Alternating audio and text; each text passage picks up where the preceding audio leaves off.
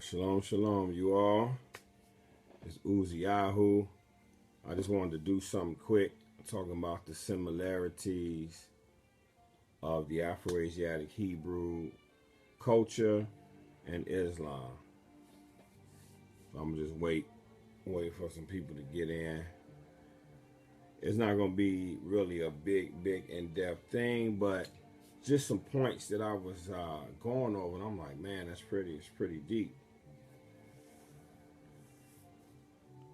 It's building the audience, so I'm gonna wait a couple more people to get here.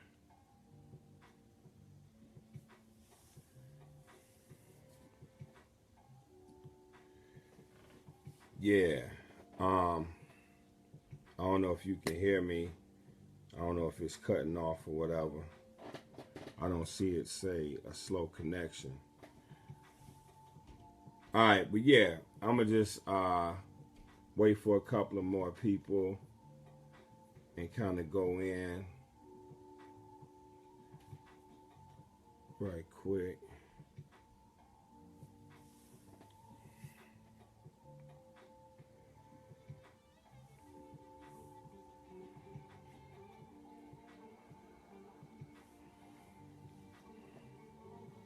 All right, I'm gonna just go ahead and go in. All right.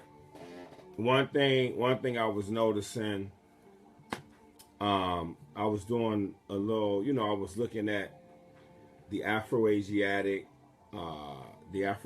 map, the Afro-Asiatic like locations or whatever, and I was just thinking about a couple of things. Like one thing that's similar is that when it comes down to Noah's sons, Ham, Shem, and Japheth, the Hebrews were Shemitic, and Islam is supposed to be Shemitic in language. Our patriarch is Abraham, which he was Hebrew. That's on both sides. Abraham was called Eber. He was Hebrew, so I see an Afro-Asiatic location connection, similarity. Because if you look at Africa, and then if you look at the Middle East, the so-called Middle East, Israel is literally on the African tectonic plate. You see Arabia, that used to be a part of Africa before the Suez Canal. You know what I'm saying? As you see right there, the language, the location, and the culture. Abraham was the patriarch of Ishmael, because a lot of Muslims say, they go back to Ishmael or whatever. So you got Abraham, he's our common patriarch, he's our common ancestor. You have Abraham was a Hebrew with Sarah. She was a Hebrew. They had Isaac or Yitzchak. So, Abraham, Sarah had Yitzchak. He was a Hebrew. Abraham and Hagar she was Egyptian. She was Kemet, Egyptian. She had Ishmael. That's Hebrew too. All right.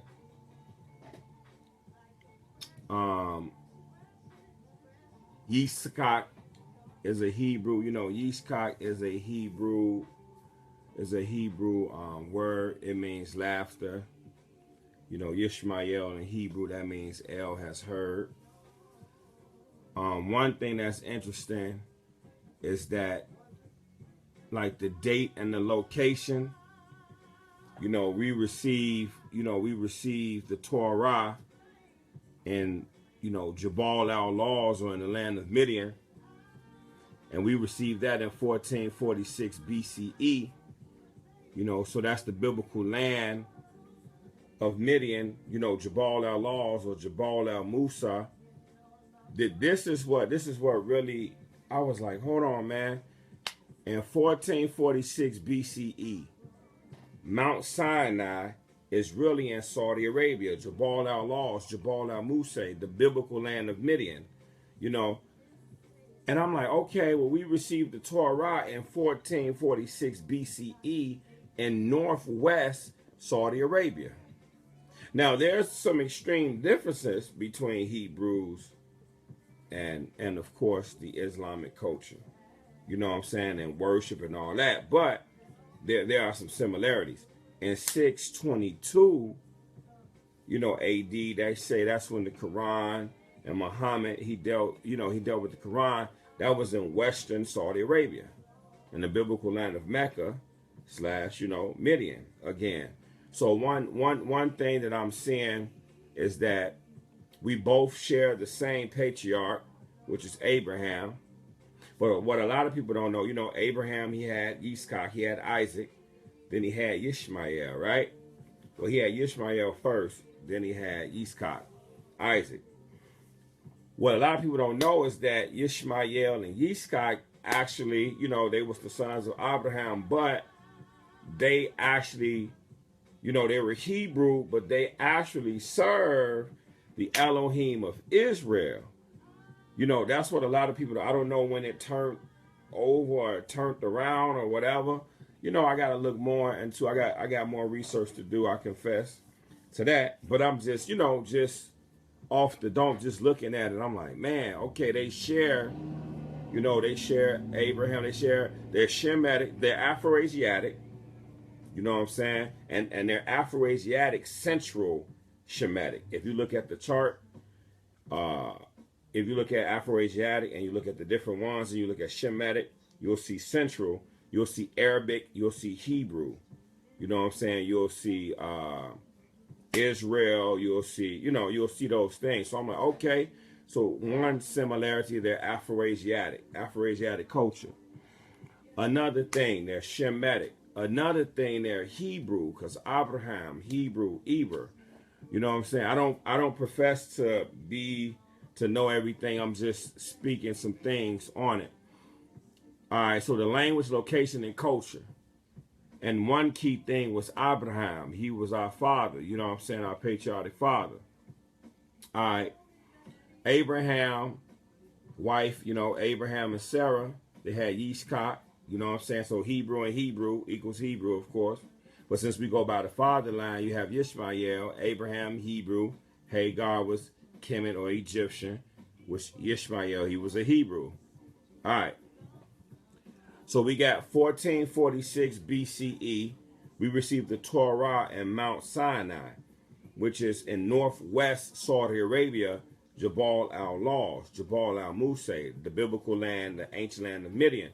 What's deep that a lot of people don't understand, when people think of Saudi Arabia, they think of Islam and they think of Mecca and they think of the Quran. And they think, 622 CE or AD.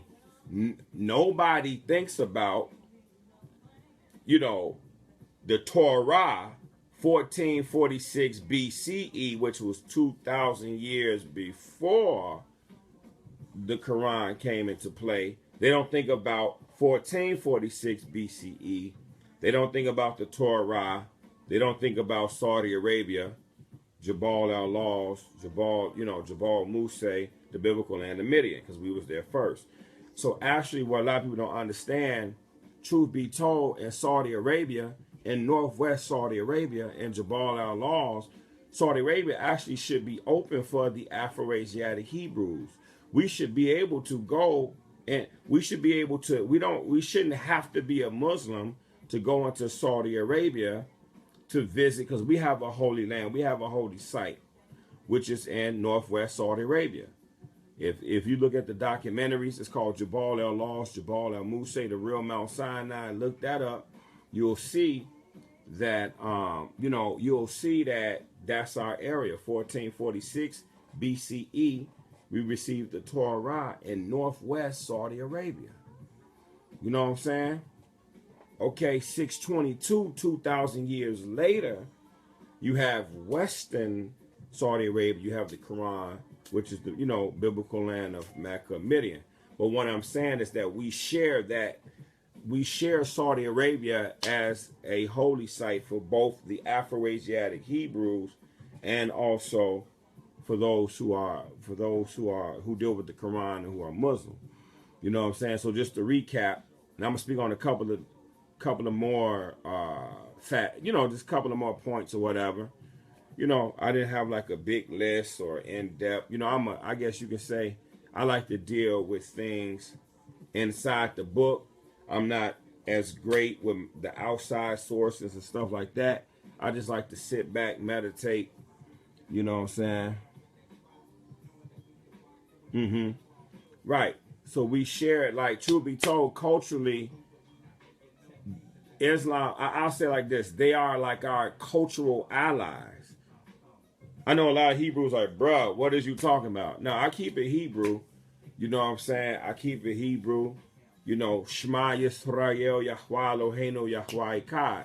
Even the Shema, even saying that, hear, O Israel, Yahweh Elohim Yah is one, confirming that the Creator was one with something that we confirmed 2,000 years before Islam and before the Quran, you know, 1446 BCE. It's good for our Muslim and Islamic brothers and sisters, good for them to understand, like, hey, you know, like the world, they be hating on Islam, they be hating on Muslims, right? So if people can feel sympathy, if people can feel a certain way, like, hey man, we need to not hate on the Islamic culture and stuff like that.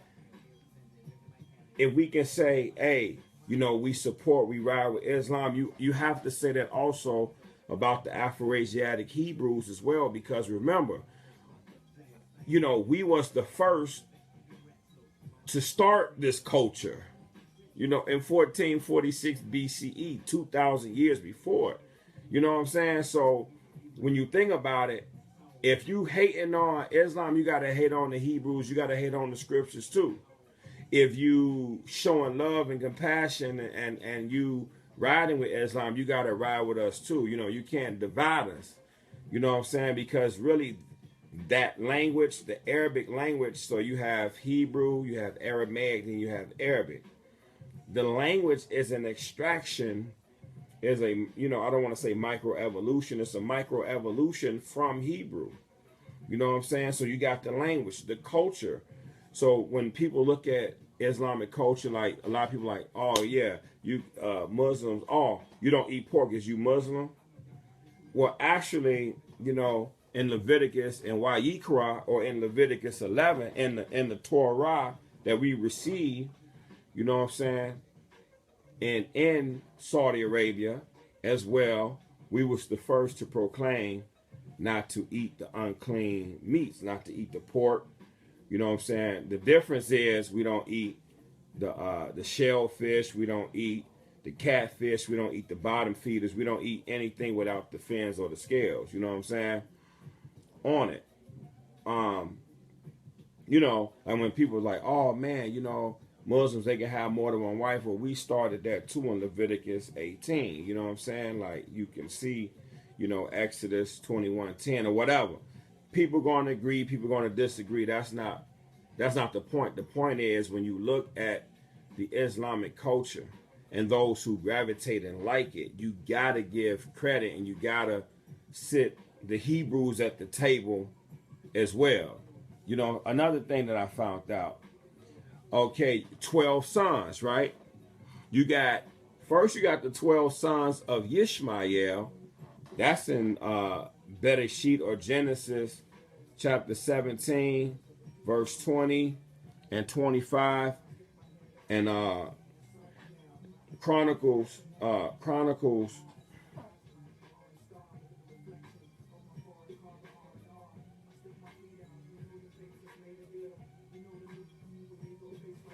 Hold on, let me see.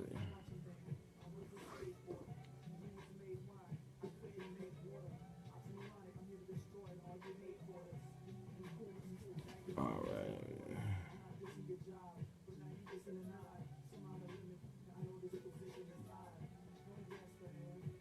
All right. Well, let me just finish all this, and then we can speak. We can speak in the inbox. But anyway, if you look at, you know, so just to do a recap right quick, you'll see that both Hebrews, you know, they're both Afro-Asiatic, they're both Shemitic, and they're both Hebrew. So when I say Afro-Asiatic Hebrew of Shemitic descent, you know, Ishmael is a Hebrew as well. You know, you have Afro-Asiatic, you have Shemitic, so everybody's not Hamitic or Japheth. So you got Afro-Asiatic, you got Shemitic, and you got Hebrew. So you got the language, location, and culture. Abraham is the father, is our patriotic father. The name Yitzchak is Hebrew, that means laughter. The name Yishmael is Hebrew, and it means El has heard. I'm just showing the difference of this location in Saudi Arabia, right? 1446 BCE, we received the Torah, which is the constitution, which is the government. You know what I'm saying? Because back in those times, in 1446, in that time, you had Kemet, you had Egypt, and you had Israel. When you had our ancestors, we was taken into, Yosef, he was sold into slavery. Yosef, he was sold into slavery by his brothers. If I'm not mistaken, the Israelites took him into Kemet. You know what I'm saying? So then you had, before all this religion stuff, you had Kemet, you had Egypt, and you had Israel at that time. So Christianity, Islam, and Judaism didn't exist yet. So I just want to speak on. Oh, and Egypt is also another. If you look at the Afro-Asiatic chart, it's 6. You have Chadic, you have Berber, you have Nilik, you have Ometic, you have Shemitic, and you have Egyptian. So you have 2 leaders of the Afro-Asiatic paradigm, the Afro-Asiatic persuasion, right? You have the Egyptians or Kemet. They're the Hamitic Afro-Asiatic leader and influence, right? Then you have Israel. We are the Afro-Asiatic Shemitic influence. So you got the Afro-Asiatic Shemitic leader, which is Israel. Then you had the Afro-Asiatic Hamitic leader, which was Egypt. So I don't want to say it was the showdown, but in that time, in 1446 BCE, this is before religions, before all this other stuff. At that time, you had Egypt and you had Israel. Now, what's deep is when we came out of Egypt, right? We crossed over, and then now we're in the land of Midian. And the Midianites was a black people, Shemitic people as well. You know, if I'm not mistaken, a descendant of Abraham, right? Was that Keturah? Was that what I think? Correct me if I'm wrong. Keturah, what is it? Zipporah? No, Keturah, I think Abraham's other wife. I think Midian comes from Keturah. Y'all can correct me if I'm wrong. I mean, I'm not perfect with this stuff. Whole point is that you have the Midianites. You had Moses, basically future father-in-law. He was a priest in Midian. My whole point is Saudi Arabia in that area, right, is what they call the ancient land of Midian. But what people don't understand is that before any of this other stuff existed, you had Egypt and you had Israel. And then Israel went into the land of Midian. Moses, which was an Israelite from the 12 tribes of Israel, from the tribe of Levi, you know what I'm saying? He went up to the mountain to receive the Torah written on stone. You know how in Egypt they say, hey, our stuff is written in stone, it's written on the walls. We had that too, because up on the mountain, you know what I'm saying? We was up on the mountain, it was written in stone. Yo, am I still there? It says reconnect. Am I still there? I don't know if I'm still here or not. Is my connection still there? I don't know. Am I still live? Let me see. Am I still live?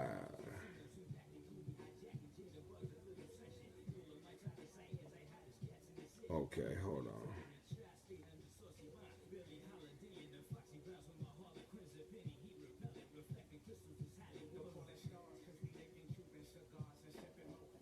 Oh man, I must have froze up.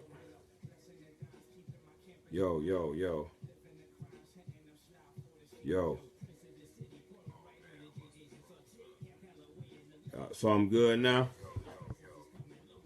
All right, I'm on my phone. I can see that I'm still going. So let me run that back.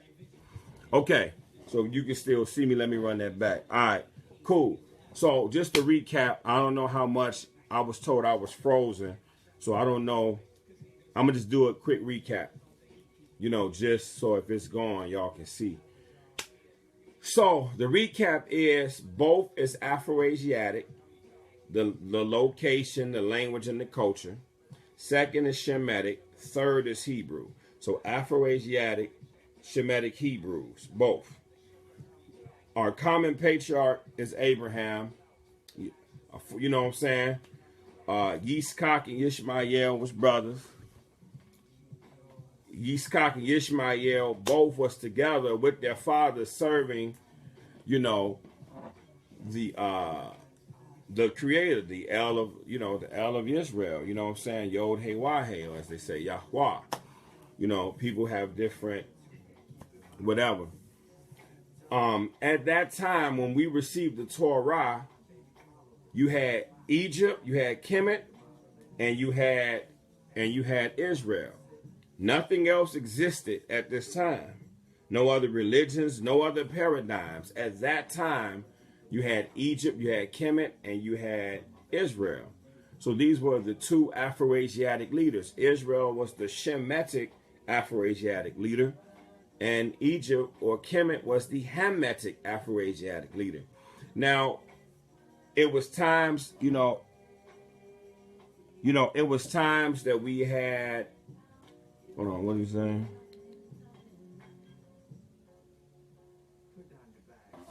Okay.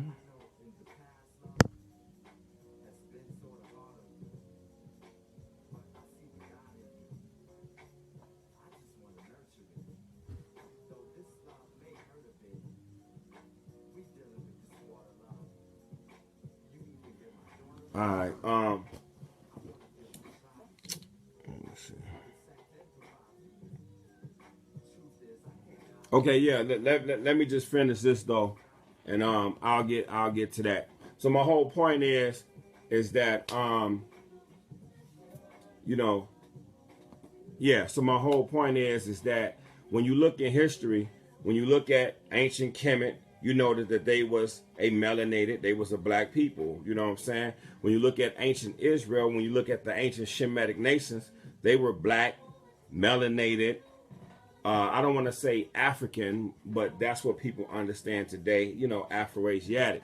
So that there was no European. So if Moses was mistaken for as an Egyptian, a lot of people who study ancient Kemet, a lot of people study ancient Egyptian history, they know that those people were melanated. They know that those people were black with melanin. You know what I'm saying? And there's even things in the scripture where it says that the Hebrews, we was mistaken for as the Egyptians. So if we know that they was black, if we know that they was, and then it says that we was bronze, and bronze is brown, skin is burnt in the furnace, we already know that this had nothing to do. There was no whitewashing anywhere with this. You know what I'm saying? If you understand that ancient Egypt and the Afro-Asiatic Hebrews, both of these nations were black nations. You know what I'm saying? And actually, the crazy thing about it, Ham had 4 sons. You had Cush, which is Ethiopia, Mitzrayim, which is Egypt, Put or Put land, which is ancient Libya, Somaliland, whatever they say. And then you have Canaan, which was the Canaanites. A lot of people know that the 4 sons of Ham is considered Africa, right? What is the location of Canaan in the beginning? The location of Canaan is in the area of what we call Israel. So even an ancient definition and breakdown, let us never get it confused that the land of Canaan is Hamitic black land of Canaan, because Ham in Hebrew means hot, black, and burnt. So this ancient black land and Canaan is the same area and location as what we call modern day Israel, or even ancient Israel. So we know that the inhabitants of that ancient land Canaan was black people. We know that the people who went into there, the Israelites, they were black people. So this had nothing to do with whitewashing. This had nothing to do with the Europeans. This had nothing to do with Greek, Roman, the white man. This has nothing to do. This is very sovereign from any of that stuff. You know what I'm saying? So I think if we can understand that, you know, like I said, I'm not no scholar, nothing like that, whatever. But my whole point, I'm just making an observation. That's all. I'm just a brother making an observation. So if you look at that, and if we understand that, like, oh, hold on, man. So you back to what I was saying. You had Kemet and you had Israel. You had the black nation. Let me say it like that. You had the black Egyptian nation and you had the black Israelite nation. And so the black Israelite nation came out of Egypt, and then they went because they wanted to serve their Elohim. So they crossed over and they went to Mount Sinai, which is they call it Jebel el Lawz or Jebel el Moshe. Look at the documentary. You'll look at, they said when Moses, when he hit and he split the rock, you will see big split rock in Jebel el Lawz. You can look that up in the documentary. It's called The Real Mount Sinai. So if you look that up, you'll see all the location. You'll see where, when we did the golden calf, when we made, you know, when we made that idol, that golden calf, you know what I'm saying? That's there. The split rock is there. The mountain where it was darkened, and when Yah descended on the mountain with fire, that's there. It's kind of like it's like a map. Like, okay, split rock, boom, split rock. Where they made the golden calf, boom, that's right there. The mountain, boom, that's right there. The 12 pillars, boom, that's right there. So it's literally real life. Like, it's not a fable, it's real life. And those people were black people. That's why I said the Afro-Asiatic Hebrews, not the modern day Jews that you see in Israel. Has nothing to do with Greeks, has nothing to do with Romans, have nothing to do with Anglo-Saxons, have nothing to do with Caucasians, have nothing to do with white people. So I think if we can understand that, then we can go forth. So it's not Stockholm Syndrome. It's nothing like that. So now moving forward, if you see, so you had these black people who received the Torah in this area. It was called Midian, the ancient land of Midian. Now, you know, now today it's called Saudi Arabia. We was the first to be there. You know what I'm saying? That's the first holy site before it's even Islamic. The first holy site was Afro-Asiatic Hebrew, because that's Mount Sinai. Regardless of what people call it or whatever they do today, in 1446 BCE, you know what I'm saying? At that time, in northwest, what they call Saudi Arabia and Midian, we received the Torah. You know what I'm saying? I mean, Islam, the Quran, or whatever that came through Muhammad, 622 AD or CE, in western Saudi Arabia, in the land of Mecca, but it's still in the biblical land of Midian. That's 2,000 years later. And even in the Quran, they confirm that the Torah is one of their, you know, that the Torah is one of their books. The Torah, Nebi'im, Ketubim, and then they also say Injil. So you have us, Torah is law, Nebi'im is prophets, Ketubim is the writings or the scriptures. So the Torah, Nebi'im, Ketubim is what people call the Old Testament, or what we call the Tanakh. So even Islam, they say that their holy books is the Torah, Nebi'im, Ketubim. But then they also say Injil. You have some Hebrews who prescribe, we call it the Brit HaKadashah, or the renewed covenant. It's spoken about in Yirmiyahu or Jeremiah 31 through 34. All don't believe that, some do, but Israel is a messianic nation. My whole point is, here was another thing. Ishmael had 12 sons. Israel had 12 sons. You know, Ishmael, his 12 sons in Genesis 17, chapter 17, verse 20, 25. Chronicles chapter 1, 29 through 33. Then you got Israel. He has 12 sons. So Abraham through Isaac, then through Jacob and Esau, but through Jacob, he has his 12 sons, but let's make the record straight. Ishmael actually was blessed and had his 12 sons before Israel. So the Ishmaelite nation, or the 12 sons of Ishmael, was first before the 12 sons of Israel. You see what I'm saying? And then that's in Genesis 29, Genesis chapter 29, 31, up into Genesis chapter 30, 24. Then you also got Genesis chapter 35, 16 through 18. Another thing that I found, a similarity. When you look at Yeshayahu, or Isaiah 56, 7, it says that it shall be called a house of prayer. If you look at Daniel 6:10, it says that there was prayer. He prayed 3 times a day. His window was open toward Jerusalem, and he got down on his knees. That's Daniel 6:10. So he prayed 3 times a day.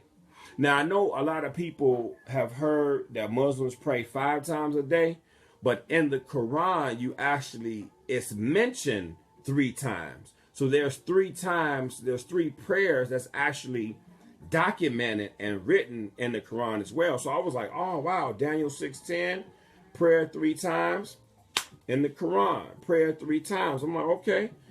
And the prayer, the 3 times was mentioned in the Quran was Salat al-Fajr, the dawn prayer, and 24:58. So Surah 24:58. You got Salat al-Isha, the night prayer, 24:58. You got Salat al-Wusta. I think they call it something different now. And that's the middle prayer. Surah chapter 2. 230, verse 238. You know, when you see the language, you see the Hebrew. You had Hebrew, then you have Aramaic, then after Aramaic, then you have Arabic. So Arabic is an extraction of Aramaic, and Aramaic is an extraction of Hebrew. You know what I'm saying? So when you look at the Creator is one, we said that in 1446 BCE when we received the Torah, you know what I'm saying, which is our decree. Devarim 6:4, Shema YISRAEL, Yahweh Eloheinu, Yahweh Echad. So we confirmed 2,000 years before that Yah was one. And then now you see that also in the Quran, they say, you know, they don't say Yah, but they say Allah. I guess Allah is supposed to mean God, but we have a word in Hebrew that's equivalent, which is Elohim. I think in Aramaic is Aloha or Aloha, or I don't know. You know, I'm not perfect with this stuff, so, and I'm not saying I am.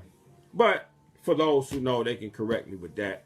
But my whole point is, I'm basically trying to say is that the indigenous, so there's a difference what you see today and back then. So back in ancient times, the ancient Egyptians was black, the ancient Hebrews was black, and those in the Saudia Arabian area and the Ishmaelites, they were black. But today, we see something different. You see those that are in Egypt today, which are the Indo-European from Japheth Arabs, they're in Egypt today. So those are not the original inhabitants of Egypt today. You have the Indo-European, the Japhethite Ashkenazis, you know what I'm saying? Now they're taking in the area of the Jews or the Hebrews, but they are not the original Jews. They're not the original Hebrews. Then when you look at, you know, Midian or Saudi Arabian or Ishmaelite area, you seeing these Indo-Europeans, these white Europeans that they are not the original people in that land. So in ancient times, ancient Egypt was black, ancient Israel was black, ancient like Midian, you know, the Ishmaelites, Edom, all that, they were black. But now today, if you look at these same lands, the indigenous people are not there, right? So when you look in Egypt, I think, you know, the Arabs are there, but they said we wasn't the ones who dealt with the pyramids. You know what I'm saying? So I think they say that, you know what I'm saying? And plus, when you look at the artifacts, you look at that, you know, King Tell you know, them pharaohs and stuff, they was black, man. And then in the scripture, it says that Israel, we was compared and we was mistaken for as an Egyptian. So if people can understand that Israel was black and Egypt was black, we can get somewhere. And then we can also understand that Joseph or Yosef or Yusuf, his wife was Egyptian. So we have two Hebrew tribes, Ephraim and Manasseh. You know, we got two Shemitic / Hebrew tribes of the nation of Israel. You know what I'm saying? So there's a connection between, so anytime we talk about ancient times, Israel gotta sit at the table. You can't like keep us off of the table. You know, you'll see that like I said, today and all this stuff today is a little bit different, but there's a video. It says Israel is Northeast Africa. There's a documentary. What was deep was, in the land of Israel, you have some Ishmaelites. They look black, like, you know what I'm saying? Like, you got like Afro-Palestinians, right? And they saying that our brothers left the land of Israel and they was taken to America. You know what I'm saying? You got the ancient Ishmaelites. They're black too. So when you go to Israel, you got our Hebrew brothers, the African Hebrew Israelites in Jerusalem. So you got so-called African-American people that left America, left Chicago, went over to the land, right? They went over there, and they went over there in 1969. And the crazy thing about it, you have some black Ishmaelites, black Afro-Palestinians, and you got African Hebrews all dwelling together in peace. It's a little bit different than what's going on with the European Jews and the European Arabs and the European Egyptians and all that. So when you look at that family, it's like we have a shared camaraderie. We have a shared brotherhood. It's like a shared love. From what I'm seeing, there's a documentary that says Israel is Northeast Africa. And some of our elders, some of our people, they was over in Jerusalem, and I think the extended version, they actually show a person, he's Islamic, he's Muslim, but he don't have a problem. Like, there's no issue between them, you know, those who, you know. And then I heard like Ishmael was black. I even heard possibly even Muhammad was black. I don't know much about that. Somebody can correct me, you know, somebody correct me if I'm wrong.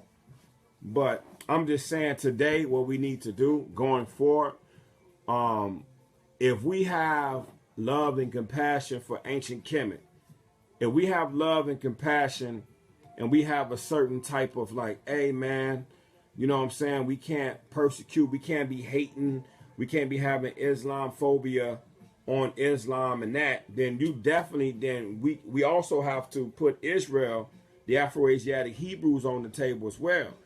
People shouldn't be hating on, oh, they're those Hebrews. Like, no, you got to sit us at the table. You got to get us that same thing too, because if a person accepts and have no problem with Islam, we was first. You know, we was in Saudi Arabia first. You know, that was our culture first. So Islam is like kind of like an extraction. It's not 100% exact, but it's an extraction of, you know what I'm saying, like the language. You have Hebrew, you have Aramaic, and you have Arabic. Then if you look at the Afro-Asiatic Hebrew culture, you have that, then you have other stuff, and then you have kind of like the Islamic culture, which is an extraction from the Hebrew. You know, in a sense, we're kind of like the big brother or like the father culture, and then it extracted. Like Hebrew was the father language, and then Arabic extracted. You know, we dealt with the Shema, that, you know, Yah is one, and then it was an extraction. You know what I'm saying? You know, our women, they cover their hair, then it was an extraction. You know, we didn't eat pork or unclean meats, then it was an extraction. You know what I'm saying? And we share, so Islam is like our cultural allies, if that makes sense. I don't know if that makes sense. But I'm not here to divide or nothing like that, so it's nothing negative intended. I just want to let our you know, like our African or our African American Islamic brothers and sisters, just take a look at that. There it's some similarities, And there's kind of like an ancient connection that we got to be able to look at. You know what I'm saying? I mean, I'm a Hebrew. I follow the Torah. I follow the Torah, Nebi'im, Ketubim, and I follow the Brit HaKadoshah. I call myself Tanakh revealed, brother. You know what I'm saying? Because it's all Tanakh. Even the Messiah, you know, who they call Yehoshua. Some people say Esau. Some people say Jesus, whatever. You know, his name would be Joshua or Yehoshua. You know, like the same name as the successor of Moshe, of Moses. He stated something, after his first lesson after the resurrection was in Luke. And this is what was said, and which was what was deep, that brings me back to, so you got what they call Old Testament Hebrews, you got Brit HaKadoshah Hebrews, and you got Islamic Hebrews. We got to say Hebrews. Let's keep it 100. You know what I'm saying? Because Ishmael was a Hebrew. You know what I'm saying? So you got, they might not be Israelites, but they're Hebrew too, because our father is Abraham. So Ishmael. You got Hebrew Israelites, Hebrew Ishmaelites, Hebrew Midianites, Hebrew Edomites. If there's something else I'm missing, then, like I said, it takes a village. We build together. You know what I'm saying? So I have no pride. I'm not trying to debate. I'm not, you know what I'm saying? I'm not the grand master, the grand wizard of nothing. You know what I'm saying? I'm just the brother. But let me read this though. Let me read this right quick. Shout out to those who are watching. If my feed, if you can even still see it. All right, let me say this right quick. Now, this is what actually made me appreciate. It made me appreciate the Tanakh, the Torah. I'm like, man, that's the Tanakh. You know what I'm saying? Check this out. Check this out. That's crazy. Like, and I think we need to stop dividing. I'm talking to my people, to my nation, Israel. We need to stop dividing Old Testament, New Testament. You know what I'm saying? We need to understand. We need to understand our foundation and build off that. First of all, we have to confirm. Hold on, I wrote it down somewhere. These are the things that we have to confirm. I think this will help us out. We have to confirm the Shema. What is the Shema? Now, people be like, oh, Old Testament versus New Testament. I don't like to say that. I don't like to say that. You know what I'm saying? Because first of all, Israel is a messianic nation. The difference is, we might not agree who the Messiah is. Some say David, some say Yehoshua, or whatever. Some say it's metaphysical, whatever. The point is, we cannot take away the title that Israel is a messianic nation. But, check this out. Israel is also a Tanakh-only nation. Uh-oh. Think about it. That's deep, huh? See, I like to bring a whole different angle to it. And I like to bring us together, which I know I might, many are called, few are chosen. I'm not trying to get 40 million, 50, 80 million. Like, I'm not the black Messiah. I'm not none of that. But this is what I'm saying. I think Israel, this is just what I see. Israel, we need to, if you call yourself Old Testament, New Testament, we need to be able to agree in the Shema, which is our decree, which is our declaration. Deuteronomy 6:4. Shema YISRAEL, Yahweh Eloheinu, Yahweh Echad. Hear, O Israel, Yahweh Elohim, Yahweh is one. Or in English, hear, O Israel, the Lord our God, the Lord is one. All right, we have to accept and deal with the 10 commandments, right? I know Israel, we said every word, we made a covenant that every word you say we will do. We said that, but the 10, when he gave the 10, that's when we stopped. You know what's deep? Check this out. When you look at the Hebrew characters of Yah, you have Yod, right? Yod means hand, and that's 10. If you look at the number, Aleph, Beit, Gimel, Dalet, Hey, Wa, Zion, Ket, Tet, Yod. Yod is 10, right? So the first letter of Yah is Yod. That's 10. And it means hands, right? But I'm like, hold on, 10 hands is the work of Yah, hand. And then it says that Yah, he wrote the Torah with his hand, right? Yod, hand, 10 commandments, Yod, hand.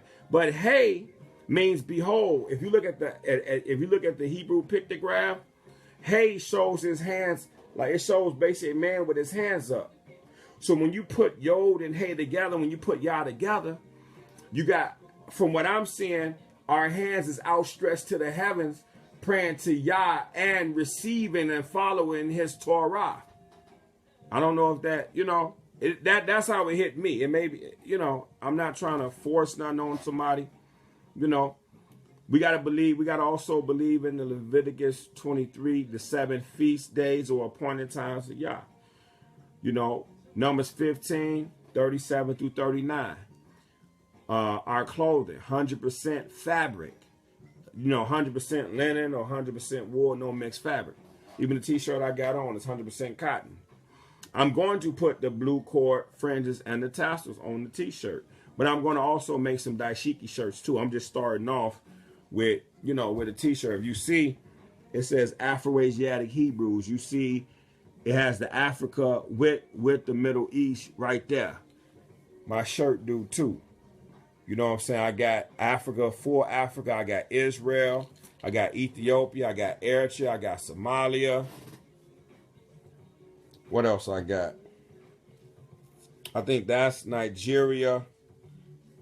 That's Liberia. And that's Ghana. So, you know what I'm saying? And if you look at the biblical borders, if you look at the biblical borders of Israel, it stretched all the way up to Egypt. You know, Ethiopia, Eritrea, I think even a little bit of the Somalia. You got Saudi Arabia, you got Iraq, Iran, you got Syria, you got Israel. So the true biblical borders of the true nation of Israel is bigger than what we think. You know what I'm saying? But anyway, we got to confirm Torah, which is, you know, our covenant, our marriage to Yah, Exodus 20. And Deuteronomy 4 is very good too. Because it helps us to have a clean mind. Where Yah said, you seen no form. You seen no form, you only heard a voice. You know what I'm saying? So that lets you know that Elohim, he's Ruach. Ruach is wind, Ruach is spirit. So we don't worship no man. We don't worship no son of man. We don't worship no sun, moon, and stars. We don't worship no man or no man reproductive organs. So you know what I'm saying? We don't worship the woman, and we don't worship her reproductive organs. You know what I'm saying? So ain't nobody out here worshiping no funny stuff. You know what I'm saying? Where we're making phallic symbols and all this raunchy idolatry worship stuff. Ain't nobody doing that. And then Numbers 23:19, it says, Elohim is not a man or a son of man. And then in Yehochanan chapter 4, verse 24, it says that Elohim is spirit, and we must worship him in spirit and truth. But I'm going to just finalize it with this. Luke chapter 24, verse, what was it? Oh, verse 27. And this is what Yahushua, the Messiah, or who they say Jesus, but his name is really Yahushua. If you will say it in English, it'll be Joshua. So if you're going to say the J, you'll actually say Joshua. You won't say Jesus. You'll say Joshua. And if you say it in Hebrew, you'll say Yahushua. But anyway, Luke chapter 24, verse 27, it says, and beginning at Moshe and all the prophets. Moshe, Torah, and all the prophets, Nebi'im. He was explaining unto them in all the scriptures, Ketubim, the matters concerning himself. So he confirmed the Tanakh. So truth be told, Yahushua, he was a Tanakh only Hebrew. Because at that time, there was no Matthew, Mark, Luke, John. That was done like when he was reading, like right now, if they're writing, like as you say, Matiyahu, if they're writing it, it can't exist right now, right? I don't know what I'm about to say in the next minute. So I can't be reading the book of Matthew if you're recording me now. This thing is recording me, right? So after it's done, then you'll see what I said. But right now, you just hearing me. You know, you just riding with me. You walking with me. You talking with me. You experiencing stuff with me. But I don't have the book of Uzziyahu or whatever this is. It's not even done. I'm still recording. These people were still recording. So the actual books and scrolls that these people had, the Messiah, you know, the apostles and all these people who was getting people to understand the Messiah, they only had the Tanakh. That from, as they say, from Bereshit or Genesis to Malachi, these scrolls was the only thing that they physically had access to when they had people understanding and accepting Yahushua. That's very deep. Don't nobody talk about that. Don't nobody talk about that. And then he said, and beginning at Moshe, he didn't say beginning at Matthew. He didn't say that. Even though you're reading it in Luke, we got to look a little bit deeper, right? We gotta look at it a little bit deeper. This is what I love to do. I'm like, hold on. And at the time, Matthew and Mark and all this stuff, I'm reading Luke, but what he said at that time and beginning at Moses. Think about it. He didn't say in beginning at Luke or beginning at Matthew. I'm reading Luke, which is in the New Testament, but he said and beginning at Moshe, that's the Torah, and all of the prophets, Nebi'im. He was explaining them into all the scriptures, Ketubim, the matters concerning himself. Check this out.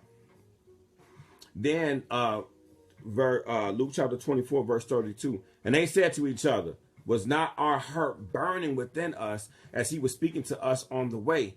And as he was opening the scriptures to us, scriptures is what we call the Old Testament, Genesis to Malachi. You know what I'm saying?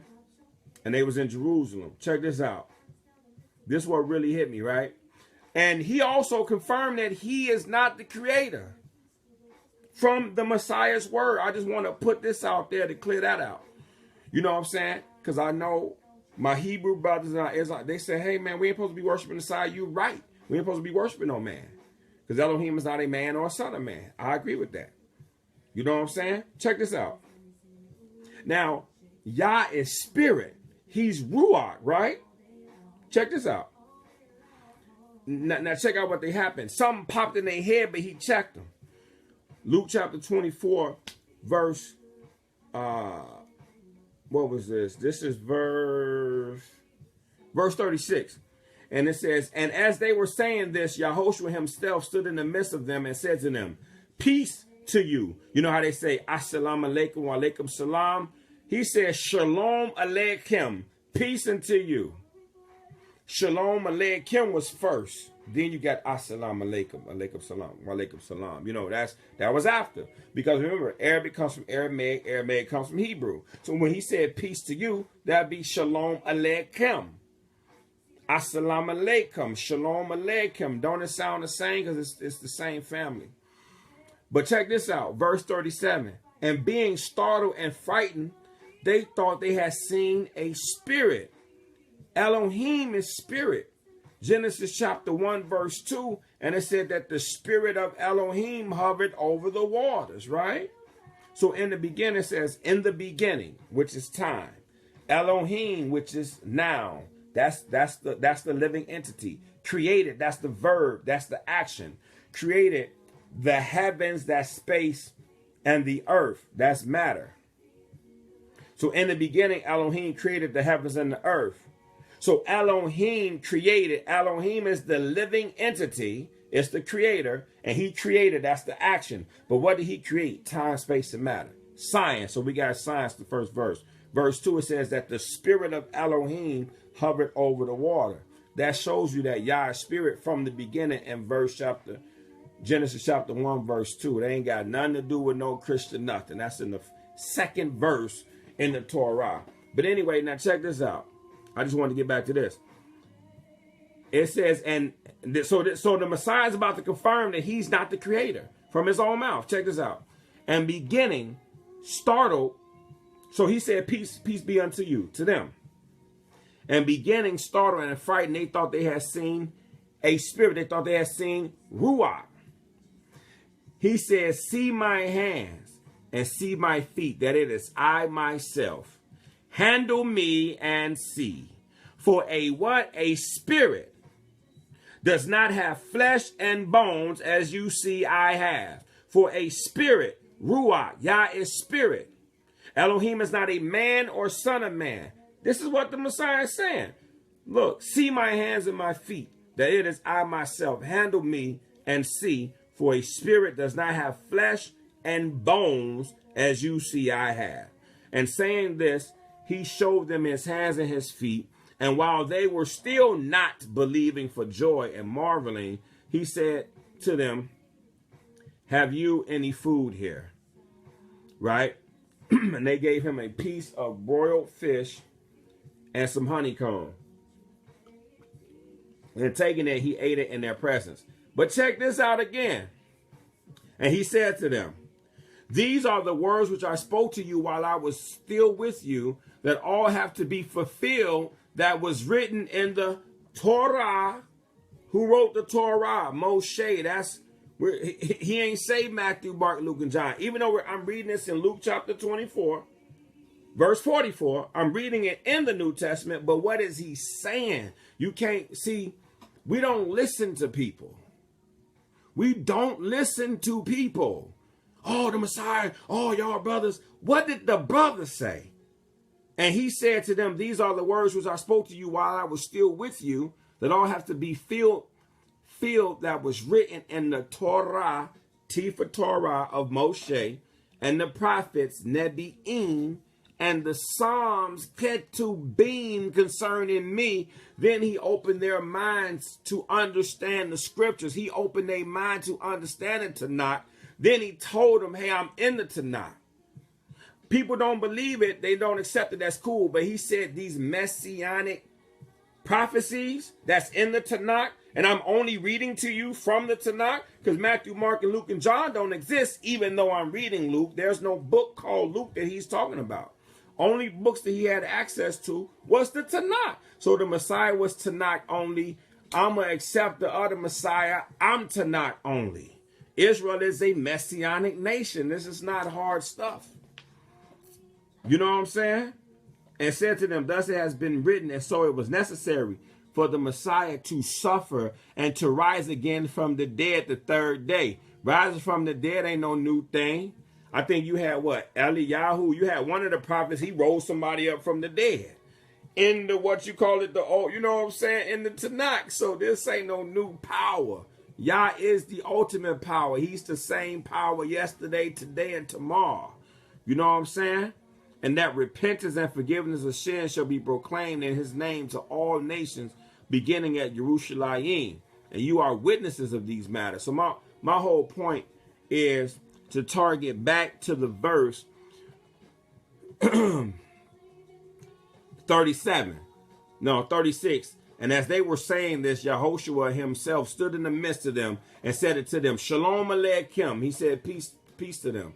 And being startled and frightened, they thought they had seen the Spirit. They thought they had seen the Spirit. But was that true? He told them. He said to them, why are you troubled? And why do doubts arise in your heart? So he checking them like, why are you thinking like this? So you know how you have some people, they be like, oh yeah, he's the Messiah. He's the creator. He's the creator. No. He said, why these thoughts arising in your head? He said, see my hands and my feet, that it is I myself. Handle me and see, for a spirit does not have flesh and bones, as you see I have. So he letting you know he's not a spirit. And we say that Yah is spirit, so he letting you know he's not the creator from his own mouth. And also he's confirming the Tanakh. If we can't see that, if we want to keep rumbling, then I don't know. But anyway, my whole point is, you know, I love to talk, whatever, so forgive me. You know, I appreciate those who are watching, those who may press play or whatever, you know, hallelujah. But anyway, my whole point is that I just want to say that there are some similarities between the Afro-Asiatic Hebrews and the Islamic culture. You know what I'm saying? In a sense, you can say Islam is our cultural allies. You know, we're supposed to wear beards, and I'm growing mine. You know, I'm getting it up there. You know what I'm saying? I got some work to do. You know what I'm saying? But I'm getting it up. You know, I'm getting it up there. But anyway, when you look at this stuff, we did it first, and it's not a competition. I'm just saying, like, that's like our brother. That's like, you know, we like the big brother. You know what I'm saying? Like we was first. That's like, you know, that's like our son. That's like our big brother. Like, hey, you know what I'm saying? You know, we was in Saudi Arabia in 1446. We got the Torah. Y'all said the Torah is one of y'all books. Hey, you know what I'm saying? And we got the real Torah because we can show you what it is. We don't have the corrupt Torah. We got the real Torah because the real Torah, see, the Torah that the other people are teaching people, when it's whitewashed, that's a whole different paradigm. It's not the real Torah. Because the real Torah speaks about the children of Israel, Beney YISRAEL. You know what I'm saying? It speaks on who the true Hebrews are. And only we can actually break down. See, you know what? Because I was speaking to a Muslim sister. I said, sis, we got the real Torah. She was like, what do you mean? I said, now, if you talk about English translations, yeah, that's corrupt. But the Hebrew in the Hebrew language is not corrupt. You show me some corruption. It's the same. If you read the Hebrew in the Hebrew pictograph, Bereshit bara Elohim ve'at shemayim ve'ha'aretz. It's the same thing in the Hebrew pictograph. It's the same thing in the Paleo. It's the same thing in the modern. You know what I'm saying? So my whole point is that it's a paradigm. It's a different dimension that people are teaching the Torah. We got the true Torah. We are the people of the book. We are the people of the book. We got the real Torah. You know how? Deuteronomy 28:68, right? It says that you shall go to ship. You shall go to Egypt again in ships. You shall be sold as slave men and slave women, but no one shall help you. Who is that talking about? We got the real Torah. That's talking about the Afro-Asiatic Hebrew Israelites. It ain't talking about them Jews in Israel, right? Deuteronomy, I'm just happy, man. Deuteronomy 28, verse what? 48. It says, a nation as swift as the eagle fly from the far end of the earth shall show no regard for the old and for the young, right? What's the bird of America? The bald what? The bald eagle. That's the second thing. When I was speaking to the people, I had them reading it. I was like, because they never read the Bible. They never read it. I'm like, man, read the Torah. It's right there. The person was reading it. You know what I'm saying? And it was all love. She was like, what? That's it now? I'm like, that's the second thing. I'm like, yeah, somebody lied to y'all. Somebody told y'all to believe in the Torah that being kept being, but somebody told y'all to not read it. It's like, why not? If this is your book, read it. I got a Quran here. I read the surahs.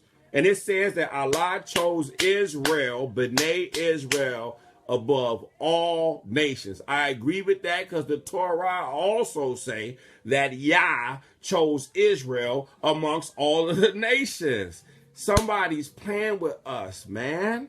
We got the true Torah, Hebrews. Let our Islamic brothers and sisters know we got the true Torah because we're going to put it in context. We're going to give you the true paradigm. We're going to give you the true dimension of Torah because when you break it down, they're like, well, hold on, bro. Who is that talking about? You see what I'm saying? We got the true Torah and it's not corrupted. That's why we learn the Hebrew. We bring it back. I'm telling you, man. I'm telling you, we got the true Torah. It's not corrupted. It's us. When we teach you the Torah, you got the true Torah. Because these other people whitewashing it and Europeanizing it and stuff like that. No, we got the true Torah. You know what I'm saying? So check this out. So now you got ships. Egypt again. If you look on the back of your dollar on the left side, you see what? You know, brothers be broke these days, you know, and that's another thing too. But I'm going for the blessing. Deuteronomy 28, 1 through 14. By us following the Torah, he said, I shall overflow your storehouses. I don't have to be in poverty to be a Hebrew. Yes, the curses identify 15 through 68, identify we are the Hebrews. But Deuteronomy 28, 1 through 14 also identify that we are the Hebrews. Well, you shall lend and not borrow. What about that? I'm going for the blessings. And this ain't no prosperity pimping. If we got to follow the Torah, then y'all will bless us. Because see, poverty is a curse. So we're landless and we're in these places, man. Look, Deuteronomy 28, 1 through 14. Ain't nobody gonna hit me with this old down and out doctrine. You know what I'm saying? We gonna righteous hustle. We ain't feed no death, and we ain't gonna hustle off of the Creator's word, but we gonna, you know what I'm saying? We gonna build these storehouses up. We gonna do right. You know what I'm saying? But my whole point is Deuteronomy 28:68. It talks about Egypt began in ships. If you look on the left side of the dollar, you see what? You see the pyramid. Then Deuteronomy 28:48. It talks about an eagle. as swift as the eagle fly, from a nation from the far end of the earth. If you look, America is on what? The western hemisphere. Africa, Israel is on the eastern hemisphere, right? So you got the eagle on the what? Right side. But what's deep, you got the pyramid, then you got the phoenix. So not only do you got the pyramid and the eagle, but you got the pyramid and the phoenix, which was a type of, I think, Egyptian, you know what I'm saying? If you look at Washington, D.C., the Washington Monument looks like an Egyptian obelisk, and an Ethiopian, and the Aksum obelisk, and also Egyptian obelisk. When you look at President Lincoln, he looked like a pharaoh, how he's sitting. And then the water, that's supposed to like represent the Nile. You know what I'm saying? You know, but anyway, when I was breaking it down, like, you know, it says that you shall build, you know, it was saying that you shall build a house and not dwell in it. Who built the White House? That's us. You shall plant vineyards and not reap from it. You know what I'm saying? So you got cotton. So who was planting stuff in this country? Us. Who built the White House? Us. You know what I'm saying? Hey, so then I'm going to just hit you. And then I think in Revelation, in Injil or Bri HaKadoshah, it was talking about a woman with a golden cup in her hand. I was like, what is that in New York? I was speaking to Muslim people. I was like, man, it says a woman with a golden cup in her hand. I said, what is that? They was like the Statue of Liberty. They knew. I said, you know that this was written. Now people say that the Torah is corrupt. You was able to identify America. You was, when I said the nation with an eagle, you said, oh, that's America. That's what the sister said. And she was from Somalia. The Muslim sister said, hey, that's the eagle. I'm like, I said, you know, this is written in 1446 BCE. The Torah that people say is corrupt, but you can see it vivid. It's vivid picture. Boom. You know what I'm saying? And slave ships. The Jews didn't come over. Where was they taking the slave ships? That's us, the Hebrews. You know what I'm saying? Fatherless homes. That's us. It says all the diseases that's written in this book, and even it said all the diseases that you feared in Egypt, and even diseases not written in this book. HIV, AIDS, cancer, blood pressure, gout, all this stuff. We fit that. The Afro-Asiatic Hebrews, the true Torah is teaching it in context. We got the true Torah. It's us. We are the people of the book. We can teach you the true Torah, and it's not corrupt. And you know, they say that in Injil, so well, I think that's Revelation 18. I said, and this was the kicker that really made them like, what? It says a woman with a golden cup in her hand, right? I said, what's that? They was like Statue of Liberty. I said, her colors are scarlet, red, linen, white, purple, and royal blue. They was like, I said, well, red, white, and blue. I said, what's that? They was like, that's the colors of America. I said, hold on. Now, you can see I'm reaching. Let's put this stuff together, though. And then it says, you shall be sold as slave men and slave women. What happened? When we was here, we were sold at slave auctions. And I think the stock market, that was us. So if I'm not mistaken, we were sold at the stock markets over in America. I said, sis, let's put this stuff together. She was shocked. I said, you should go to Egypt again in ships. Not the Egypt. You know what I'm saying? Then I talked about the yoke of iron on the neck. Then I talk about you should be scattered to the four corners of the earth. You know what I'm saying? So I'm like, what is that? I said, sis, let's put this together. I said, so we got Egypt again, the dollar, the Washington, D.C. look like the Egyptian obelisk. You know what I'm saying? And then on the American dollar, they got the pyramid. You know what I'm saying? So they love Egypt, and they're representing Egypt. They're following after Egypt. You know what I'm saying? So you got that. Then I said an eagle. I said, sis, remember, this was written 2,000 years ago. No, that was 2,000 years from that. So that's close to 4,000 years ago, 3,000 and something years ago. The Torah. You know what I'm saying? I said, so we got Egypt, so we got the eagle. I said, what is that? She's like, that's America. I said, okay. I said, you shall build a house and not dwell in it. I said, who did that? She was like, the slaves. I said, but remember, you saying all this American and African American stuff, but remember, this was written for the Hebrews back in the day. But you can vividly see, oh, that's America. That's America. I said, the woman with a golden cup in her hand. She said, Statue of Liberty. I said, sis, the so-called Injil, that was written 2,000 years ago. So you talked about, oh, well, the bird, the eagle, that's America. I said, that was written like 3,000 and some years ago. And then I said, then the colors were scarlet, red, linen, white, and purple, which is royal blue. So we got red, white, and blue. We got the woman with the golden cup in her hand. We got the eagle. We got Egypt. We got slaves. We got all this stuff. Put it together. What is that? She's like, well, that's America. Who are the people? That's African Americans. That's the slaves who came in the transatlantic slave trade. Hallelujah. That's the real Torah. We got the real Torah. You just seen it. You just read it. You need to get it from us. All this whitewashing and all that stuff. I said, break it down like this too. Remember, prophecy started, and then what's the kicker? Luke chapter 21, 20 through 24. You said, let something be established by 2 or more witnesses, right? So Deuteronomy 28, 15 to 68, he talk about that we should go to the ends of the earth. We should go into captivity. Guess what the Messiah said, though? Check this out. Remember, even though we're reading in Luke, what's the golden rule? Even though we're reading in Luke, it was only the Tanakh. So the Messiah is Tanakh only. So the people who was telling people about the Messiah, they was Tanakh only. Guess what? I'm Tanakh only too. I'm just Messianic Tanakh only. But Israel is a Messianic nation. So these terms are all Messianic. Yeah, I'm Messianic Tanakh only. I don't have a problem with that because I'm Tanakh only Messianic. Or I'm Messianic Tanakh only. I don't have a problem with that. I can, you know what I'm saying? Like, I don't get offended by that because, you know what I'm saying? Yah's not a man. And even the Messiah, he already told you in Luke chapter 24, verse 37. He said, for I am not a spirit. You know what I'm saying? Like, I'm a man, bro. I don't know what you're talking about. But anyway, Luke chapter 21, 20 through 24. Check this out. And and I'm going to end with this. It says, and when you see Jerusalem surrounded by the armies, that's 70, I think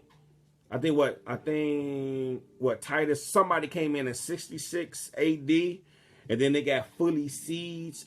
Somebody came in 66 AD. Then it was fully seized, I think, in 70 AD by the Roman general. This is real history. The Roman general Titus. But he wrote this around 33 AD. So there was 30-something years before this thing happened. You know what I'm saying? So, so he was a prophet too. Because he spoke something and this stuff actually happened. When you see Jerusalem surrounded by the armies, then know that its laying waste is near. Then let those in Yehuda, Judea, flee to the mountains, and let those who are in the midst of her go out, and let not those who are in the fields enter her, because these are the days of vengeance to fulfill all that has been written, right? And woe to those that are pregnant and to those who are nursing children in those days, for there shall be great distress in the earth and wrath upon his people. Israel is a nation, not a religion. You can't put no thought and chain it up and put it on a slave ship.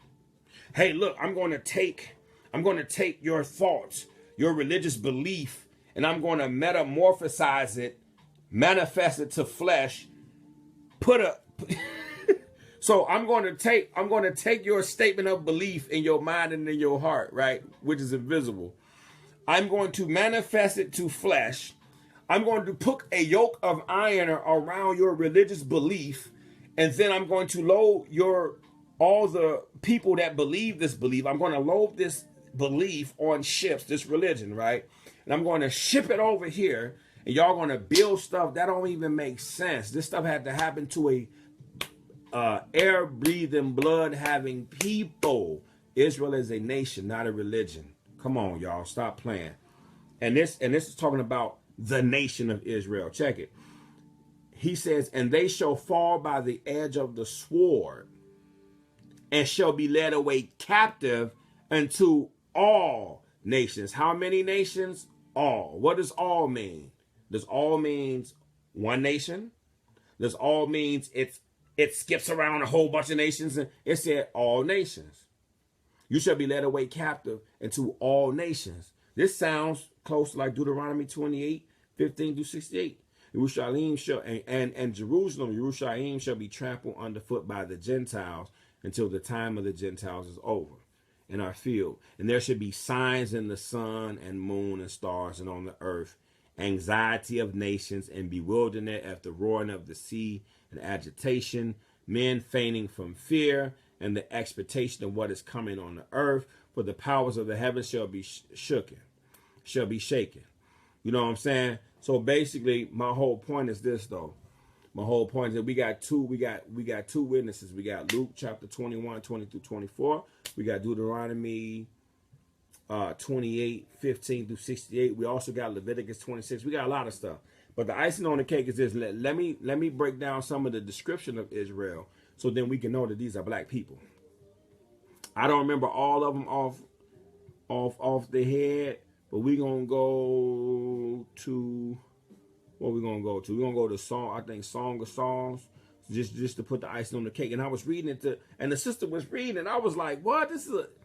I was even telling her, y'all look up Somali Hebrews see a better day. And I told her about it, and they was like Jews, and then she dropped the phone. I was like, no, sis, it ain't like that. I said, when they talk about the Jews, they talking about the true Hebrews. Because we was in Israel, some of us went down from Egypt, some of us went down from Israel, Saudi Arabia, Yemen, and crossed by Ethiopia, Eritrea, and Somalia. So we have Hebrews in Ethiopia, they call Phalasha. We got Hebrews in Somalia, called Yabir. We got then they went down south to South Africa. We got Hebrews to Lemba. Some of us went to Madagascar. You know what I'm saying? You got the Bantus that's in Somalia and in those areas. They're Hebrews too, in Congo and all that. Then we kept going to the west, and you have the Ashanti Hebrews in Ghana. You have the Igbo Hebrews in Nigeria. You got other Hebrews. These are just the ones I remember on the top of my head. I'm going to learn and learn and learn more. And I speak to these African people too, and they be confirming it. We are the Hebrews. So I stand with my African Hebrews as well. But anyway, I was then to see it says, I am dark but lovely, O daughters of Jerusalem, like the tents of Kedar. I was telling her, I said the tents of Kedar had black goat hair covering the tent. So we can't deny, we can't play like, oh yeah, it was olive skin. There's only two olives, it's black and green. Stop playing. Don't play with me, brother. You know what I'm saying? So anyway, you know, so don't play with me, brother. Yeah, let me see. There's another one I think is, what is it? Song of Solomon. I forgot where the other one was at, but then I took it to Lamentations, I think was that. I think what was it? Lamentation. I think it's Lamentation. I think what? Lamentation 5. I think Lamentation 5:10. Our skin has become black as a oven because of the burning heat of the scarcity of food, or something like that. Hold on, that's a different version. Let me read the other version. Hold on. It said, oh yeah, I'll read the King James version for this one. It says, our skin was black like a oven because of the terrible famine. You know the residue in the oven when you burn something, it's going to be black. If you burn goat meat, what color? Black. If you burn chicken, black. If you burn something, it's black. Then there's another thing where it's talking about bronze, and that was burnt in the furnace. So bronze already brown. If you burn it, it's black like my shirt. So anyway, my whole point is that in the end, there's a lot of similarities between the Afro-Asiatic Hebrews and the Islamic culture. Those are our cultural allies. You know, there are some differences as well. There are some big differences as well. But I think we need to stop letting these agendas keep us separated. Because what's happening is you got these think tanks, you got these leaders, you got these people who are stepping in and trying to keep us from dialoguing. You know, they're like, oh, no, bro. You know, they're trying to make us feel a certain way by coming together. When I sat down, something must have turned or went some way. You know what I'm saying? But, you know, I'm just saying we got to, You know what I'm saying? We just gotta stop that. You know what I'm saying? So I got much love for, you know, for my Afro-Asiatic Hebrews. You know, I haven't spoke to like the Indo-European, I haven't spoke to like the Arabs, those Muslims, but I've spoken to, you know, I'm from Chicago. So I grew up, you know, seeing the Nation of Islam. You know, they was cool. That was like part of the culture. That was part of the land. So it was much love. You know what I'm saying? They had the final call. They had the bean pies. It was much love from what I experienced. And even Farrakhan, I know people gonna have whatever they thoughts on that, but even Farrakhan said that the true children of Israel, that the blacks in America, we are the true children of Israel. So they was brave enough to say it. The European Jews have not said it. The Arabs have not said it. A lot of the Africans don't understand or don't know it. So we gotta help them out. So the whole point is, I know it's getting late. I gotta get up for work. The whole point is, man, we gotta stop it. So even Muslims, when y'all see Hebrews, we can't be like, oh man, forget them Hebrews because you ain't Muslim. Our cultures is the same. Actually, we started it. 1446 BCE, we started in Saudi Arabia and Jebel el Lawz in Midian. We got the Torah. We are the people of the book. You know what I'm saying? We your brothers. Like, so, you know, so we just got to stop this division too. So my African Muslims, my African brothers and sisters, when you see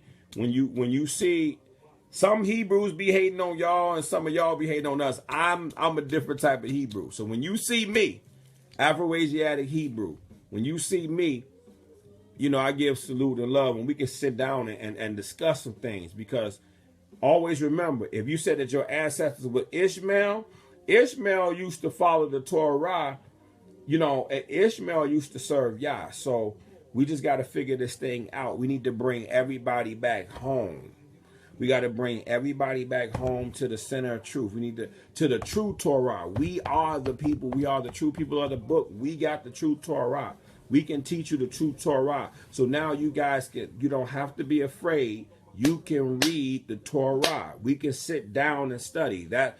If you said that the Torah, Nevi'im, Ketubim, and the Injil is your books, well, sit down with us. We're going to teach you the true Torah. You know what I'm saying? Because our cultures is very similar. Our language. You know what I'm saying? So we got to stop kind of causing the division. We need to bring it together. You know what I'm saying? And sit down. Let's figure this stuff out. But much love. Oh, it's 111. That's one of the numbers that I see a lot. So, you know, that's kind of one of my little confirmations or whatever. It's either 1, 11, 111, or 1111. Hallelujah. So I'm going to end on that note. May y'all bless you. May y'all keep you. May he shine his face upon you and give you peace. When you see us in the street, show love. My Hebrew brothers and sisters, let's start showing love. My African brothers and sisters, let's start showing love. My African Islamic brothers and sisters, when you see us Hebrews, let's start showing love. If you Moor, if you Kemet, whatever, we got to interconnect in this together, man. Let's kill that. Joseph, he had an Egyptian wife. Ephraim and Manasseh, half Kemet, half Hebrew. I don't want to hear no more mess on that. We you know what I'm saying? We had that love. Plus, you had some Kemet people coming out of Egypt with us when we came out and when we went to Midian, when we went to Jebel el Lawz. So that, when we talk about Ethiopia or Cush, you know, King Solomon, you had Moshe, which is a righteous man. He had a Cushite wife. You know what I'm saying? So you have some Levite and Cushite together. Then you have King Solomon from the tribe of Judah. King Solomon, Queen of Sheba, Makta. They had Menelik. You know what I'm saying? So there's a connection there. And there's Hebrew. There's a lot of Hebrew history in Ethiopia. Come on, man. Stop playing. You know what I'm saying? And, you know, even there was a time when Ethiopia was in war. You had African Americans. We was trying to sign up to go help fight for them. So we got to build these alliances and build these connections back. You know what I'm saying? And then when it comes down to Islam, when it comes down to that, our culture is the same. We got to stop thinking about the people that's over there. You got to think about the true Hebrews. Get it from us. You know what I'm saying? But anyway, I'm going to sign out on that note, man. May y'all bless you. May y'all keep you. May he shine his face upon you and give you peace. Shalom, shalom. I just want y'all to see the Afro-Asiatic Hebrew hat, and the Afro-Asiatic Hebrew Africa Unite shirt. All right, shalom, shalom, y'all.